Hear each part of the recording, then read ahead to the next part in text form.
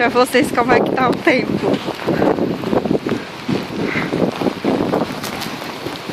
Maior chuva e o maior vento, mas esse vento já faz um tempinho. E tava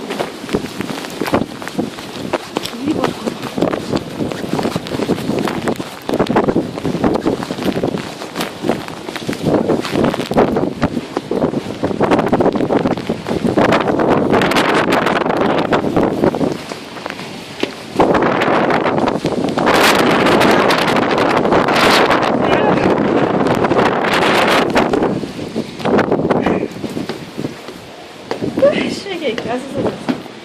Nossa! Sã e salva por pouco. Totalmente ensopada. Mas olha isso. Esse dá pra ver. Dá pra você ver o vento na rua. Tá terrível.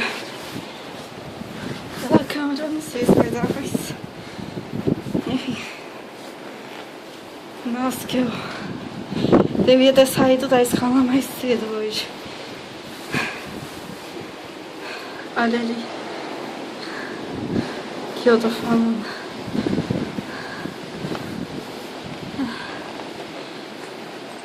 Nossa, que bom que eu moro perto da escola agora.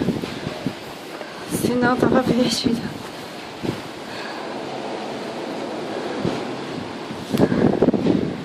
Olha isso. Enfim, vou pra minha casa, entrar aqui, tomar um banho quente e um chá quente também. Tchau!